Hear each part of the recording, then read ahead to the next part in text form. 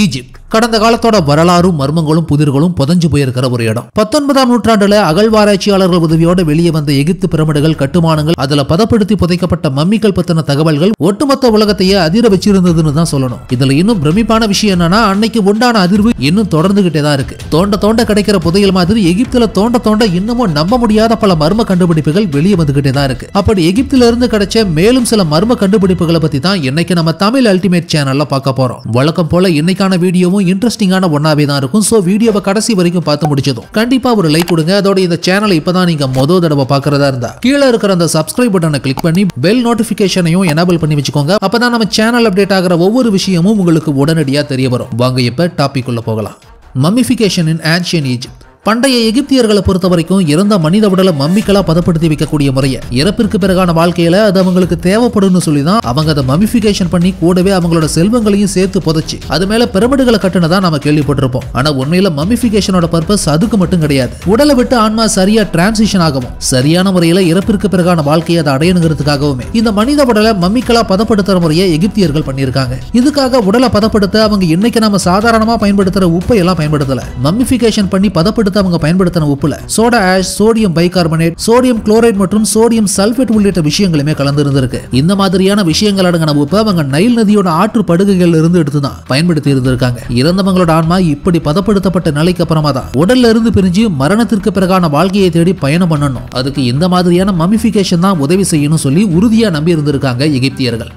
தி Rosetta stone. பண்டைய எகிப்தியர்கள் அவங்களோட குறிப்புகளை என்னைக்கு மனிதர்கள் பயன்படுத்துற மாதிரியான எழுத்து முறைகளை பயன்படுத்தி எல்லாம் எழுதல. அதுக்கு பதிலாக அவங்க அவங்களோட கோவில்களையும் நினைவு சின்னங்களையும் ஹைரோகிளிபிக்ங்கிற சித்திர எழுத்து முறையை பயன்படுத்தி வெட்டியும் செதுக்கியும் வரைஞ்சு தான் பதிவு பண்ணியிருந்தாங்க. இதனால தான் இப்ப இருக்கிற வரலாற்று ஆய்வாளர்களால அவங்களோட வரலாற்றையும் ஹைரோகிளிபிக் எழுத்து முறையில அவங்க என்ன சொல்லியிருக்காங்கிறதையும் சரியா புரிஞ்சுக்க முடியல. அப்படி இருக்கிறப்போ இந்த ஹைரோகிளிபிக்ஸை புரிஞ்சுக்க உதவியா ஒரு விஷயம் கிடைச்சிருந்தது. அதுதான் இந்த ரொசெட்டா ஸ்டோன். கிபி 1799ஆம் வருஷம் பிரெஞ்சு பகுதி ஆட்சி பண்ணிக்கிட்டு இருந்த நெப்போலியன் போனாபெரட்டோட உத்தரவின் பேர்ல பியர் பிரெனோசிஸ் புவார்ங்கிற படைவீரனோட தலைமையில எகிப்திய பகுதிக்குள்ள நுழைஞ்சு எதையோ தேடிட்டு இருந்தப்போ அலெக்சாண்ட்ரியாவில இருந்து 35 மைல் கிழக்கு பக்கமா ஒரு இடத்துல எதிர்பாராத விதமா ஒரு பழமையான கல்பலகை ஒண்ணு அவங்க கண்டுபிடிச்சிருந்தாங்க. இன்னைக்கு அந்த பகுதிக்கு ரொசெட்டான்னு பேரு. 4 அடி நீளம் 2 அடி அகலம் இருந்த அந்த கல்லுல ஒரே டெக்ஸ்ட் ஈஜிப்சியன் ஹைரோகிளிபிக்ஸ், டெமோட்டிக், கிரீக் அப்படின்னு 3 டிஃபரண்டான லாங்குவேஜஸ்ல செதுக்கி பொறிக்கப்பட்டிருந்தது. இது கண்டுபிடிக்கப்பட்ட டைம்ல கிரீக் மட்டும் தான் தெரிஞ்ச மொழியா இருந்தது. பின்னாட்கள தாமஸ் யங் உள்ளிட்ட மற்ற மொழி ஆய்வாளர்கள் தான் இந்த லாங்குவேஜை கிராக் பண்ணி 3 மொழிகளுமே ஒரே அர்த்தத்தை கொண்ட விஷயத்தை தான் குறிப்பிட்டிருந்ததா சொல்லியிருந்தாங்க. In the time the Rosetta Stone was inscribed, Egypt was a very multicultural place. அதுக்கப்புறம் எகிப்தியர்களோட ஹைரோகிளிபிக்ஸ் எழுத்து முறையை ஓரளவுக்கு ஆராய்ச்சியாளர்கள் புரிஞ்சுக்க உதவியா இருந்த இந்த ரொசெட்டா ஸ்டோனை பிரிட்டிஷ் மியூசியம்ல வச்சு பாதுகாத்துட்டு வராங்க.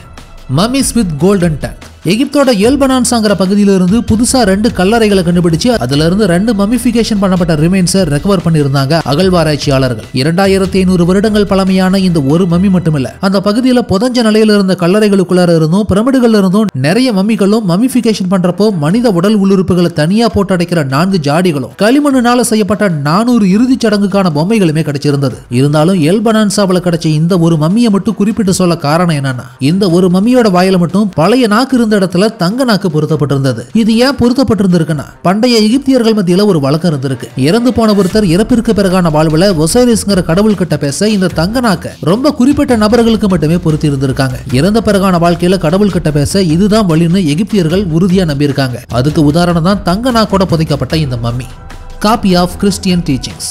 பண்டைய எகிப்தை சேர்ந்த மேனுஸ்கிரிப்ட்ஸ், அதாவது கையெழுத்து பிரதிகளுமே கூட கண்டுபிடிக்கப்பட்டிருக்காங்க. இப்ப மாதிரி காகிதமெல்லாம் இல்லாத 3000 வருடங்களுக்கு முன்னாடி எகிப்துல வாழ்ந்தவங்க டாக்ஸ் ரெசிப்ட், சேல்ஸ் ரெக்கார்ட்ஸ் மற்றும் மற்ற முக்கியமான குறிப்புகளை எல்லாம் எழுத பப்பேரஸ்ங்கிற நாணல் தண்டுகளை பிழிஞ்சா வரக்கூடிய ஒரு விதமான பொருளை வச்சுதான் தடிமனான காகித மாதிரியான சுருள்களை உருவாக்கி அதில் எழுத ஆரம்பிச்சாங்க. அதுதான் பல நூற்றாண்டுகளா பல ஐரோப்பியர்களுமே கூட எழுத பயன்படுத்தப்பட்டது. அப்படி கிரேக்க மொழியில் எழுதப்பட்ட ஆரம்ப கால கிறிஸ்தவ மதத்தோட மொழிநடையோடு இருந்த ஒரு பப்பேரஸ் மேனுஸ்கிரிப்ட் இங்க எகிப்துல இருந்து கண்டுபிடிச்சிருந்திருக்காங்க. கிபி 6ஆம் நூற்றாண்டில் எழுதப்பட்டிருக்கலாம்னு நம்பப்பட்டது. ஜேம்ஸ் மாதிரியான கிறிஸ்தவ முன்னறிவிப்பாளர்களால நடக்கிறத முன்கூட்டியே தெரிவிக்கிற விதமா இது எழுதப்பட்டிருக்கலாம் தொல்லியல் ஆராய்ச்சியாளர்களால நம்பப்படுது.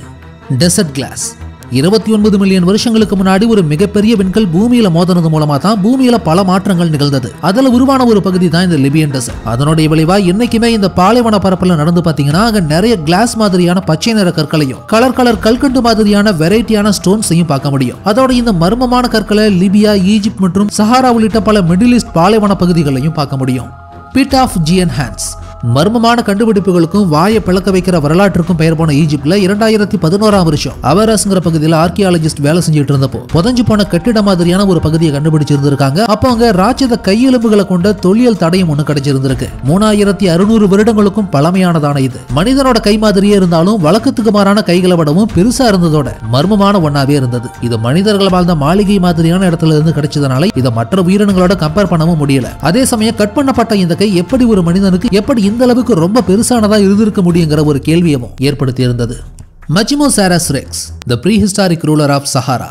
இந்த உலகத்திலேயே மிகப்பெரிய பாலைவனமான சஹாரா ஒரு காலகட்டத்தில் உயிர்கள் பெருகி வாழ்ந்த பசுமையான நிலப்பகுதியா தான் இருந்தது. குறிப்பா 120 மில்லியன் வருஷங்களுக்கு முன்னாடி இந்த பகுதியில மச்சிமோசாரஸ் ரெக்ஸ் அப்படிங்கிற மெரைன் crocodile, அதாவது ராட்சத கடல் முதலை ஒண்ணு உயிர் வாழ்ந்திருக்கு. 9 மீட்டர் நீளம் வரைக்கும் பெருசானதா இருந்த இதுதான் அந்த டைம்ல அங்க இருந்த மொத்த நீர்நிலைகளையுமே ரூல் பண்ணியிருக்கு. இதுவரைக்கும் கண்டுபிடிக்கப்பட்ட தொல்லியல் தடயங்களை பொறுத்தும் இதுதான் இந்த உலகத்துல வாழ்ந்த மிகப்பெரிய முதலை. பொதுவா முதலைகள் உப்பு நீர்ல தான் அதிகமா தென்படும். ஆனா இந்த முதலை ஃப்ரெஷ் வாட்டர்லையும் வாழக்கூடியதாவே இருந்திருக்கு. இப்படிப்பட்ட இதோட தொல்லியல் படிமங்களை சஹாராவில் மட்டுமல்ல எகிப்திய பாலைவன பகுதிகளில் இருந்துமே கண்டுபிடிச்சிருந்தாங்க ஆராய்ச்சியாளர்கள்.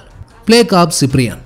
ஐரோப்பாவோட இடைக்கால நூற்றாண்டுல பிளேக் அப்படிங்கிற கொடிய நோய் தோன்றி எப்படி மக்களோட உயிரை காவு வாங்கினதுங்கிறத பத்தி ஏற்கனவே நாம ஒரு வீடியோல பார்த்திருப்போம். பார்க்காதவங்க யாராவது இருந்தா அதோட லிங்கையும் டிஸ்கிரிப்ஷன்ல கொடுக்கறேன், கண்டிப்பா அதையும் ஒரு முறை கிளிக் பண்ணி பாருங்க. ஆனா இந்த பிளேக் மாதிரியான ஒரு கொடிய பேண்டமிக் சிச்சுவேஷன் கிபி 3ஆம் நூற்றாண்டு காலகட்டத்தில் எகிப்திலையும் ரோமானியர்கள் மத்தியிலையுமே உருவாகி இருந்திருக்கு. அதை பத்தி தான் இப்போ நம்ம பார்க்க போறோம். எகிப்தோட லக்ஸார்ங்கிற பகுதியில் 1997 இருந்து 2012 கிடைப்பட்ட வருடங்கள்ல எக்ஸ்கவேஷன் ஒர்க் நடந்துட்டு இருந்தப்போ ரோமன் எம்பையரையே மொத்தமா காலி பண்ண எவிடன்ஸ் ஒண்ணு கிருமிகள் வடிவத்தில் எதேச்சியா அடையாளம் கண்டுபிடிச்சிருந்திருக்காங்க ஆராய்ச்சியாளர்கள். கிபி 250ஆம் வருஷத்திலிருந்து 266ஆம் வருஷம் வரைக்கும் ரோம சாம்ராஜ்யம் கோலோச்சின எகிப்திய பகுதிகளில் மிகப்பெரிய அவுட் பிரேக்கை உண்டாக்கி இருந்ததுதான் இந்த பிளேக் ஆஃப் சிப்ரியன். இந்த கொள்ளை நோய் தான் 3ஆம் நூற்றாண்டு வாக்கில் ரோம சாம்ராஜ்யம் மொத்தமா தரைமட்டமாக முக்கியமான காரணமாகவும் இருந்தது. வேகமா பரவன இந்த டிசீஸ் ரோமன் எம்பையர் முழுக்க பல ஆயிரம் மக்களை கொல்ல ஆரம்பிச்சது. அந்த டைம்ல வாழ்ந்த சிப்ரியன்கிற கிறிஸ்டியன் பிஷப் தான் இந்த பிளேக்கோட எஃபெக்ட பத்தி எழுதி ஆவணப்படுத்தி வச்சிருந்தாரு. ஸ்மால் பாக்ஸோட கம்பேர் பண்ற அளவுக்கான சிம்டம்ஸ் கொண்டு இருந்த அந்த கொடிய பரவக்கூடிய நோய் ரோம்ல மட்டுமே 20,000க்கும் அதிகமான மக்களை காவு வாங்கி சோசியல் அண்ட் எக்கனாமிக் இன்ஸ்டேபிலிட்டி உருவாக மிக முக்கியமான காரணமா மாறி இருந்தது. அதுக்கு காரணமான லக்ஸர்ல இருந்து சமீபத்தில் ஆராய்ச்சியாளர்கள் கண்டுபிடிச்ச எவிடன்ஸ்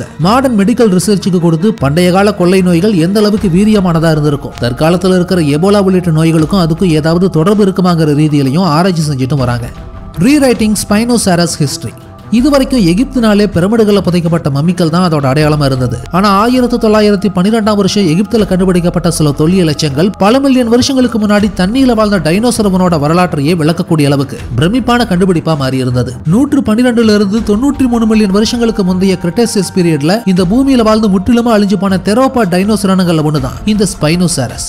1912ஆம் வருஷத்துல வட ஆப்பிரிக்கா பகுதிகளில் இதோட தொல்லியல் எச்சம் முதலா கண்டுபிடிக்கப்பட்டதுல இருந்து இதை நிலப்பகுதிகளை வாழ்ந்த கொன்றுண்ணி மிருகம் சொல்லிதான் ஆராய்ச்சியாளர்கள் பல காலங்களா நடிச்சிட்டு இருந்தாங்க. ஆனா சமீபத்துல தான் இது தண்ணியிலையுமே வாழ்ந்த அக்வாட்டிக் பிரெடேட்டர் அப்படிங்கிற விஷயமே தெரிய வந்திருந்தது. மிகப்பெரிய ஆறுகளையும் கடற்கரையோர நீர்நிலைகளையும் வாழ்ந்த இதோட தொல்லியல் எச்சங்களை சமீபத்துல எகிப்திய பகுதிகளில் இருந்துமே கண்டுபிடிச்சிருந்தாங்க ஆராய்ச்சியாளர்கள். அந்த எச்சங்களையும் எலும்புகளையும் அடிப்படையா வச்சு ஹார்வர்ட் யூனிவர்சிட்டியை சேர்ந்த சயின்டிஸ்ட் ரோபோட்டிக் மாடல் ஒன்னையே உருவாக்கி அது எப்படி தண்ணியில் நீந்தி இருக்குங்கிற விதத்தை சிமுலேட் பண்ணி காமிச்சிருந்தாங்க. இப்படி 20ஆம் நூற்றாண்டோட தொடக்கத்துல எகிப்தில் கிடைச்சிருந்த ஸ்பைனோசாரஸோட ஃபாசில்ஸ் தொல்லியல் ஆராய்ச்சியாளர்களையே பிரமிக்க வச்சிருந்தது. இன்னும் சொல்ல எகிப்தில் கிடைச்சிருந்த முதல் டைனோசர் தடயமும் இதுதான்.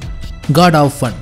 ஈஜிப்டோட பரியல் சைட் ஒன்னுல இருந்து 3000 வருடங்களுக்கும் பழமையானதான தங்க ஆபரணங்களை சமீபத்தில் அகழ்வாராய்ச்சியாளர்கள் கண்டுபிடிச்சிருந்தாங்க. இந்த பகுதி ஃபேரோ மன்னனான அக்கனாட்டன் ஆட்சி காலத்துல இருந்தப்போ உருவாக்கப்பட்டது. எகிப்து மொத்தத்தையும் சூரிய கடவுளை மட்டுமே வணங்கும்படி இந்த மன்னன் போக்கஸ் பண்ண டைம்ல இந்த பகுதியை உருவாக்கி இருந்திருக்காங்க. இந்த டைம்ல எகிப்தியர்கள் பொழுதுபோக்குக்குனே ஒரு கடவுளை அடையாளமாகவும் வச்சிருந்தாங்க. அதுதான் இந்த பெஸ் அப்படிங்கிற கடவுள். இந்த கடவுளை எகிப்தோட காட் ஆஃப் ஃபன் அப்படின்னு சொல்லுவாங்க. இசை, நடனம், விளையாட்டுன்னு சொல்லி பல பொழுதுபோக்கு அம்சங்களுக்கும் இதுதான் எகிப்தியர்களோட கடவுளா இருந்திருக்கு அந்த காலகட்டத்தில். அப்படிப்பட்ட இந்த கடவுளோட உருவம் பொறிக்கப்பட்ட 3 கோல்டு ரிங்க தான் இந்த பகுதியில இருந்து கண்டுபிடிச்சிருக்காங்க. கிமு 1550 இருந்து 1070ஆம் வருஷ கால இடைவெளியை சேர்ந்ததான இந்த கோல்டு ரிங்ஸ் அப்போதைய எகிப்தியர்கள் கேளிக்கையான வாழ்க்கைக்கு எவ்வளவு முக்கியத்துவம் கொடுத்து வாழ்ந்திருந்தாங்கிறத உணர்த்தர விதமாவே அமைஞ்சிருந்தது. Portraits of ancient mummies. எகிப்திய தொல்லியல் கண்டுபிடிப்புகள்ல குறிப்பிடும்படியான இன்னொரு டிஸ்கவரி தான் இறந்தவங்களோட உருவப்படத்தை ஏறக்குறைய ஒத்து போற மாதிரி போர்ட்ரைட்டா வரைஞ்சி மூடப்பட்ட இந்த மம்மி. பிலடெல்பியாங்கிற பண்டைய எகிப்து நகரம் இருந்த பகுதியோட சிமெட்ரி ஒன்றுல இருந்து தான் அகழ்வாராய்ச்சியாளர்கள் இதை கண்டெடுத்திருந்தாங்க. கெய்ரோவில இருந்து 75 மைல் தொலைவில் இருக்கிற இந்த பகுதி எகிப்துல ரோமானியர்களோட கை ஓங்க ஆரம்பிச்ச காலகட்டத்திலேயே முக்கியமான இடமா தான் இருந்தது. அப்படிப்பட்ட இந்த இடத்துல இருந்து வெறும் மம்மிகள் மட்டும் கண்டுபிடிக்கப்படல, பல்வேறு விதமான துல்லியமான கலை வேலைப்பாடுகளோட வரையப்பட்ட ஓவியங்களும் வேற சில விஷயங்களுமே கிடைச்சிருந்தது. ரொம்ப நுண்ணிய கலை ரசனையோடு உருவாக்கப்பட்ட இந்த வண்ணங்களால வரையப்பட்ட போர்ட்ரேட்ஸ் பல நூற்றாண்டுகளை தாண்டி இன்னைக்கும் அழியாம இருந்ததுதான் ஆராய்ச்சியாளர்களுக்கு ஆச்சரியமான ஒன்னாவே இருந்தது.